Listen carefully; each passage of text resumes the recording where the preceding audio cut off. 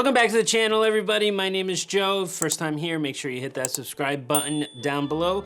Really appreciate it. And we are back with a new review. I know it's been a little while since I've done one. Getting back to the roots of the channel. I know you guys been missing this, been wanting to see these, so here we are. It is Russwole Powerbuilding Volume 4. That is the one that we are going over today. So I previously reviewed his Volume 3, and you can see that by clicking right up here if you want to.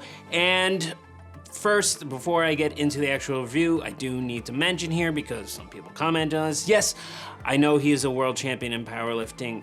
I know that. You know, some people weren't too happy that I called him just an accomplished lifter. Okay, yes, he is indeed a world record holding a powerlifter, a world champion powerlifter, okay? And yes, I know that he is a hell of a lot stronger than I am, but again, remember, I'm not reviewing the person, I'm reviewing the program, what he actually designed, okay? And overall, I thought it was a decent enough program, but it needs some modifications done to it to make it not only optimal, but also, honestly, actually a little bit safer, because there's some things in there that had me a little iffy on it that I wouldn't necessarily recommend. And I'll go over that in just a second. But first, let's talk about what you get when you buy it. So normally for a lot of these programs, you get a booklet that fully explains everything, how the program works, what it's looking for, why it's designed the way, it's basic anatomy and physiology like you would with Jeff Nippard's books, or stuff like that. With this one from Russell, you don't really get any of that. You get a very brief description of what the program is, a single page of terms, and that's honestly actually about it. You don't really get anything else other than the program itself. Basically, all you're getting is the program, okay? And there's nothing that's wrong with that, all right?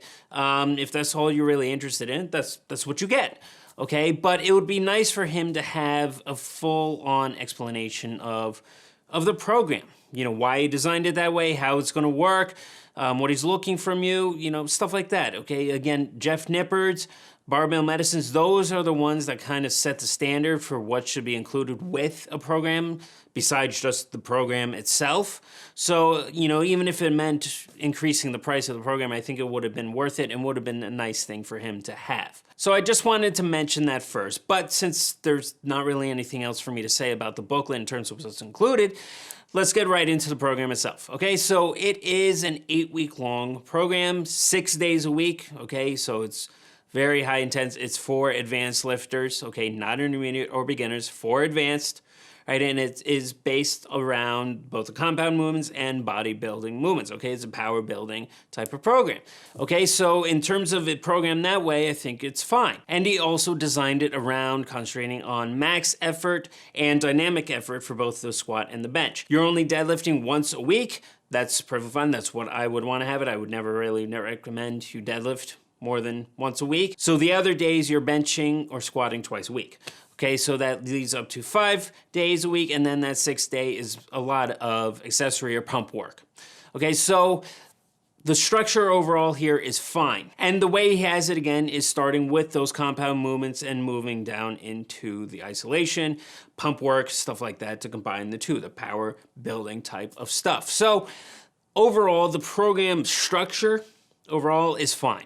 Okay, but the feedback I have from it, from, like I mentioned, needing some modifications, this is where I'm gonna start talking about all this stuff, because there's some things in there that kind of honestly didn't make a whole lot of sense, or were a little bit confusing, or kind of had me wondering why he did it this way. Okay, so the first one here is the percentages, all right? So your main lifts, the compound movements, the weight to pick is based off of your percentage of your 1 RM, your 1 rep max, okay? You're gonna have to determine that before you start this program, right? Your 1 RM for your bench, squat, and deadlift. Once you figure that out, then you plug it into the program and he tells you which percentages to use. So this is where my first feedback comes from, is the percentages that he's using. In that very first week, on the very first day, you start with a squat, and he's starting you at 90% in the first squat movement, okay? He actually has squat listed twice. The first one is at 90%, and then after you complete a few sets of that with a certain number of reps, then you move into a lower percentage. I forget honestly the exact percentage that it is, but it's 75 around there, I believe. So you start at that high rep or that high percentage, and then after you've done that, you go into a lower percentage just to get a little bit of extra pump work into it. Nothing wrong with that, okay? But the percentage that he picked for that max effort day, starting immediately in week 1 at 90%, didn't make a whole lot of sense to me, because when you go into the second week, it's the exact same percentage. It's listed at 90% again on that squat day, that first squat day, the max effort day. And that's not really following progressive overload principles all that much, okay? You're not gonna make that much progress, okay? Because again, it's based on your 1RM, the percentage, so you're gonna be using the exact same weight. The only changes really were the set and reps that you're doing in that week. So, you know, what he should have done, in my opinion, was start in that first week at a lower percentage, maybe around 82.5 to 85%, and then worked his way up from there. And what he could do is this type of wave, actually. So from weeks 1 through 4, start around 85%, work your way up to 90, 92.5%, and then back off a little bit, and then at week 5, you start at around 87.5% and then work your way up to there. Okay, so that is kind of a traditional type of way to do it that I think, honestly, he should have done it. So, and it's not just that squat day. He did something similar to that on the bench days as well. So that's my first feedback. The percentages, I think, need to be modified. Now, the second thing I want to discuss here is exercise order, okay? One thing he mentions at the very beginning in those list of terms is pre-exhaustion, okay? This is a theory, basically, where that you do a certain exercise to pump up the muscle, to pre-exhaust it, so that when you do a certain exercise later, you feel it even more in that. So the way he has it listed on a lot of days, let's say it's a lower body day, he has leg extensions at the beginning of that day, you know, after you do your compound movements, and then after that, you have towards the end leg press or a hack squat or lunges, stuff like that. So the theory he has is that you're pre-exhausting, say, your quads and the leg extension, and then that way you're going to feel it a lot more when you do, let's say, the leg press or the hack squat. In theory, yes, this works, but like I mentioned before in some of my other reviews, there's not enough evidence stating that pre-exhaustion is effective or actually works, okay? Some people think it does because they feel it a lot more, and there's no argument that you do. But like I said, there's not enough evidence about its effectiveness, whether it does aid in hypertrophy that much more. Okay, so does he need to have it this way? Not necessarily, and there's nothing wrong to modify it, the exercise order, so it's a little bit different. So you're doing, let's say, the leg press ahead of doing the leg extension and, you know, stuff like that, doing that type of order. And again, he doesn't do it on just the lower body day. He does it on upper body days, pull days. You know, obviously he's a big believer in it. Again, nothing necessarily wrong. Just understand that there's not enough evidence yet proving its effectiveness. So just keep that in mind, okay? Also, one thing I do want to mention here is that on one of the lower body days, like that first week, he has leg press listed dead last, or at the very, very end of the workout. There's nothing wrong with that, but he has a ton of exercises listed in that first day. And trying to do leg press at the very end is not where I honestly would have put it, even if pre-exhaustion was a real thing and was effective. Not what I would have done. And he also has it listed to failure, 2 sets to failure.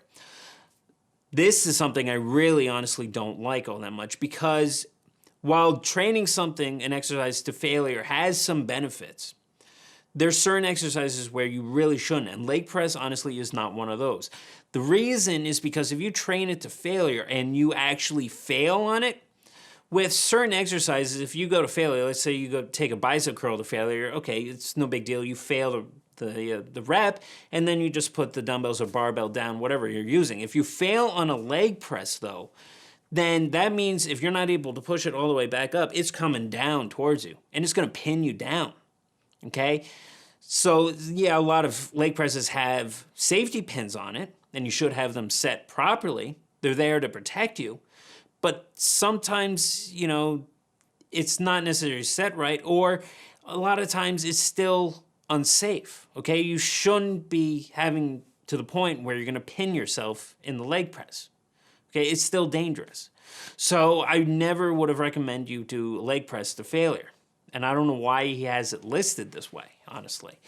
So, you know, just keep that in mind. If you wanted to do the leg press, nothing wrong with it. Even at the end, as long as you're not doing too many exercises, that's fine. I just, again, wouldn't have done it to failure. I would have done it where you had maybe 1 or 2 reps left in the tank, or what's called reps in reserve. This is something that Mike Israetel over at Renaissance Periodization has talked about extensively. It's, I think, a better scale to go by. And then another thing I wanted to talk about here is some of the exercises he has included, because it brought, honestly, a little bit of confusion to me. So one of those is he listed as a glute ham raise back extension. I don't know why he listed it. I'm not sure if he meant glute ham raise or back extension, or glute ham raise / back extension, because these are 2 different type of exercises. They're not the same. There's a glute ham raise, and then there's a back extension, or otherwise known as a hyperextension. And this is honestly brought on with even more confusion because later on in one of the other days, he has hyperextension listed instead of just back extension. So I'm not entirely sure what he was going with here. Okay, glute ham raise is a separate exercise and separate machine for that matter from a back extension. So again, I'm not entirely sure if he was trying to put an or between this or not. If you have a glute ham raise machine, consider yourself lucky, okay? But again, not everybody does. So this leads into another feedback, honestly, which is that because there's not really included a whole lot in this booklet here at all, there's no section on exercise substitutions. So you're not entirely sure what you can substitute. And so personally, if I was seeing a glute ham raise and knew that my gym doesn't have one, you could substitute in a Nordic ham curl instead. But again, he doesn't list that there, so you may not necessarily know that. Another exercise, there's actually 2 exercises where he lists using the landmine. Okay, so he has it listed as landmine chest press, and then later on in the program, he has another one listed as landmine shoulder press. There's not a whole lot of difference between the 2. You could argue the difference being the shoulder press one is single-handed, the chest press one is both hands together, but is it really that much different? I don't know. There's some argument there.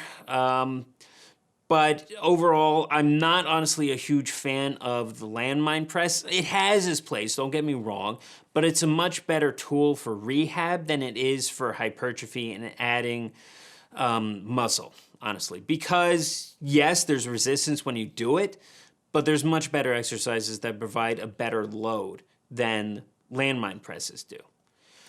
So, you know, he should have substituted in different things there. I'm not entirely sure, again, why he has landmine press listed. It's not necessarily what I would have chosen, but, you know, if you wanted to follow it that way, fine. But I just think, again, there's other exercises that would have been a little bit more optimal. Then continuing on this, he also has a couple variations of front raises, one with a plate and one with a bar he has listed on those days. And as I explained in one of my videos on fitness myths, you don't need to be doing front raises no matter what variation it is, because all the pressing you do, whether it be horizontal or vertical, or if you're doing it flat or incline, is going to get your anterior part of your deltoid. Plenty. Okay? There's not much reason for it to include any type of front raise work. Then there's also a belt squat that he lists. Perfectly great exercise, don't get me wrong, okay? If you have this machine at your gym, again, consider yourself extremely lucky. Use it like he instructs you to, but most gyms don't have a belt squat, okay? So in that case, you're left with substituting in something else. And again, because he doesn't have an exercise substitution list, some of you may not know what to substitute in with. And then one other final exercise that he has listed there that I'm not a huge fan with is weighted step-ups, okay? There's nothing wrong with step-ups, but once you start adding in weighted step-ups, it doesn't really become all that effective. The reason is because when you do steps-ups, even just body weight, you're stepping forward with it. A lot of you will have the habit, just about anybody will have the habit of pushing off with that back foot to get you up onto the step. which defeats the purpose of the exercise altogether. Okay, it doesn't make it nearly as effective as it should be. So in that case, instead of doing a step up, you know, a better exercise would have been a split squat or a Bulgarian split squat, or, you know, just doing lunges, which he has listed on other days. Okay, so there's better exercises than a way to step up, honestly. So like I said, guys, the program overall structure is fine. It's there. Okay, it follows good principles, but modifications need to be made to it. Okay, from the percentages that he uses to the exercises he has listed to the order that he has it all in. Okay, so if you do some of these modifications, like I said, I think it would honestly be a more effective a program. It had, okay, the potential is there for it to be a good program. The potential is absolutely there, just needs some modifications, like I said. So the score I'm giving it, honestly, is a 7.5 out of 10. There's potential there for it. Modifications need to be made, and a whole lot of other explanations need to be included with it, from explaining the program itself, how it works, why is it designed that way, to exercise substitutions, okay, exercise demonstrations. Okay, he probably, you know, I think he has a lot of those videos on his YouTube channel, but it still should be included in the program there itself, so you don't have to go finding it. So that is my review today, guys, on Russwolle's power building program. All right, like I said, I think it has a lot of potential, just needs some modifications made to it to make it actually truly effective the way I think it should be, and honestly safer, as safe as it should be as well. So I hope you enjoyed that review for today, guys. More certainly coming, and I will see you guys next week.